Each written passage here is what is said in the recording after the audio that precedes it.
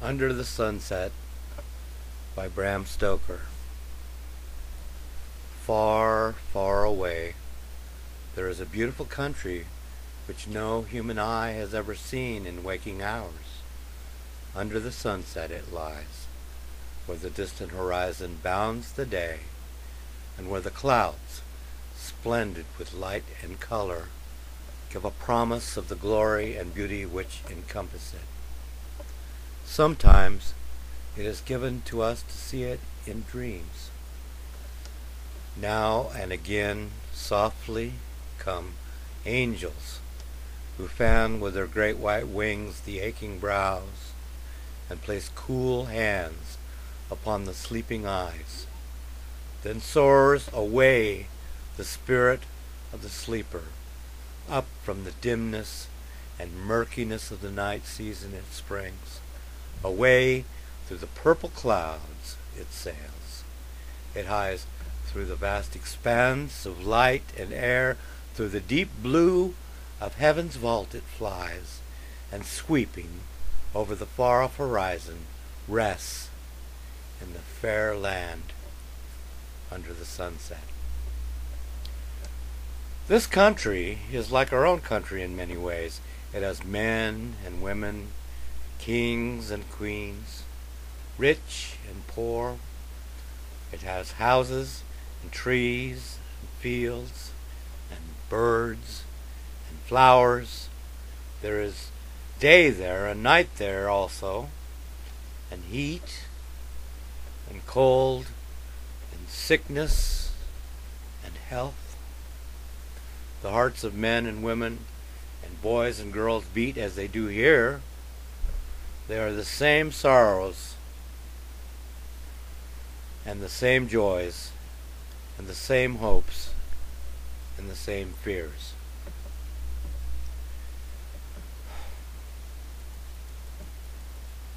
A child from that country was beside a child here.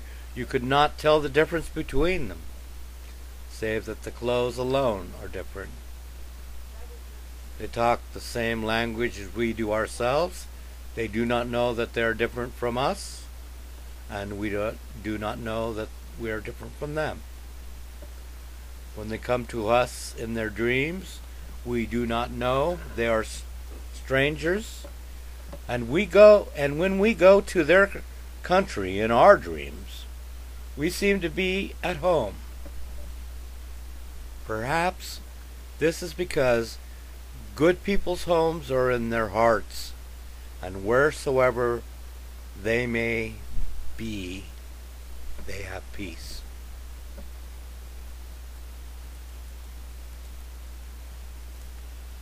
The country under the sunset was for long ages a wondrous and pleasant land. Nothing there was which was not beautiful and sweet and pleasant. It was only when sin came that things there began to lose their perfect beauty. Even now it is a wondrous and pleasant land.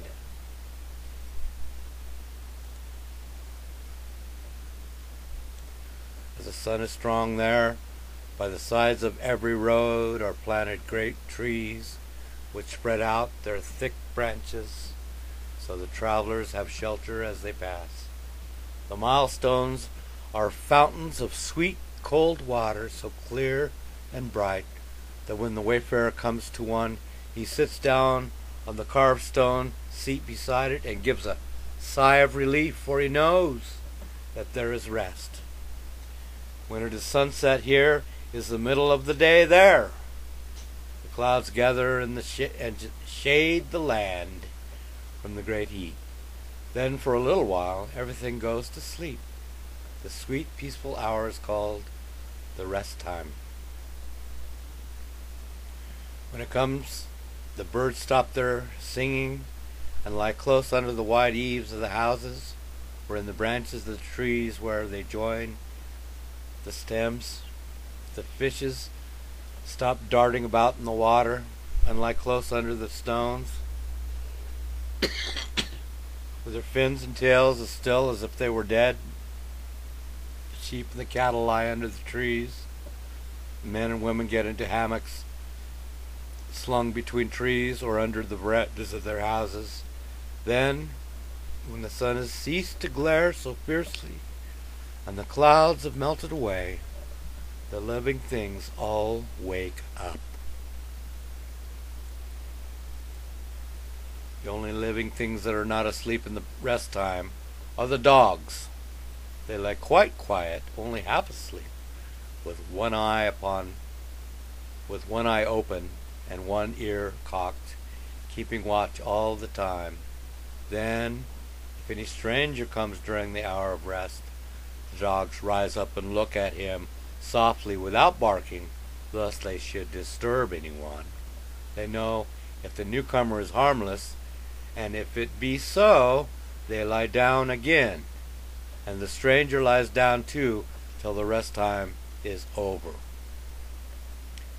But if the dogs think that the stranger has come to do any harm, they bark loudly and growl.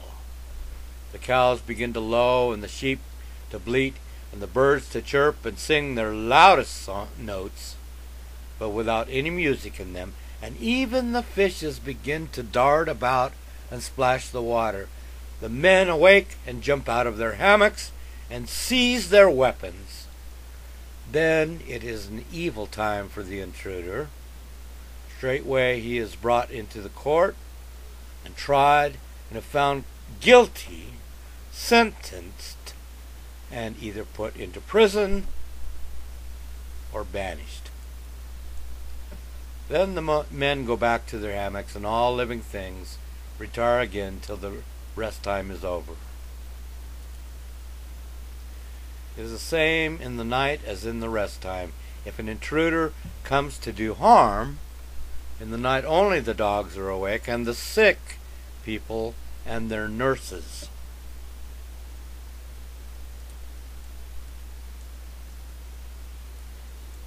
No one can leave the country under the sunset except in one direction. Those that go there in dreams, or come in dreams to our world, come and go, they know not how. But if an inhabitant tries to leave it, he cannot except by one way.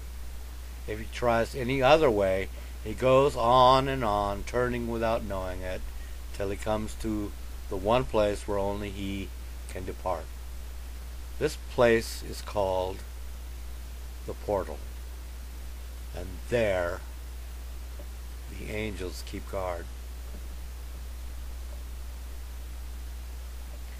This has been part one of the great children's story by Bram Stoker entitled Under the Sunset. And it is my hope to read to you the remaining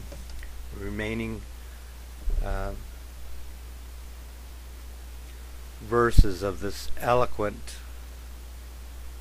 children's tale, this fable. But before we do go any further, I want to go back to the top and read the opening one more time. Far, far away, there is a beautiful country which no human eye has ever seen in waking hours. Under the sunset it lies, where the distant horizon bounds the day, where the clouds, splendid with light and color, give the promise of the glory and beauty which encompass it. Sometimes it is given to us to see it in dreams. Now and again come softly angels who fan with their great white wings the aching brows, and place cool hands upon the sleeping eyes. Then soars away the spirit of the sleeper, up from the dimness and murkiness of the night season it springs,